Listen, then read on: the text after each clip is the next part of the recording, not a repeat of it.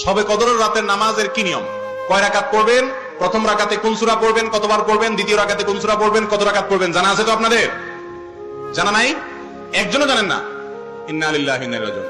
হাজার হাজার মানুষের বিশাল সমাবেশ, আপনারা একজনও শবে কদর নামাজের নিয়ম জানেন না? এটা খুব খারাপ কথা ভাই, নিয়ম তো জানতে হবে। আচ্ছা আমি বলে দিচ্ছি, শবে কদরের নামাজের নিয়ম হলো অন্য যে কোনো নামাজ যেভাবে পড়েন শবে কদরের নামাজও একইভাবে পড়বেন। এগুলো শবে কদর নামাজের নিয়ম।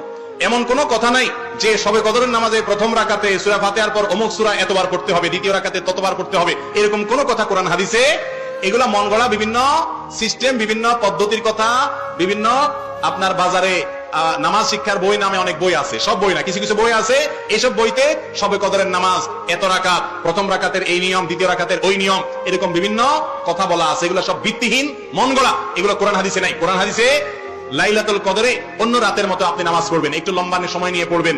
যে কোনো রাতের নামাজ, তাহাজ্জুদের নামাজ লম্বা সময় নিয়ে পড়তে হয়, দীর্ঘ রাকাত, দীর্ঘ রুকু, দীর্ঘ সিজদা, আস্তে আস্তে তেলাওয়াত, আস্তে আস্তে তাসবিহ এবং সময় নিয়ে পড়বেন। দুই রাকাত করে পড়বেন, যে কোনো সূরা দিয়ে পড়তে পারেন, একবার পড়বেন না দুইবার পড়বেন, সূরা ফাতিহার পরে সূরা, এটা আপনার ব্যাপার, কোনো সূরা নির্ধারিত না।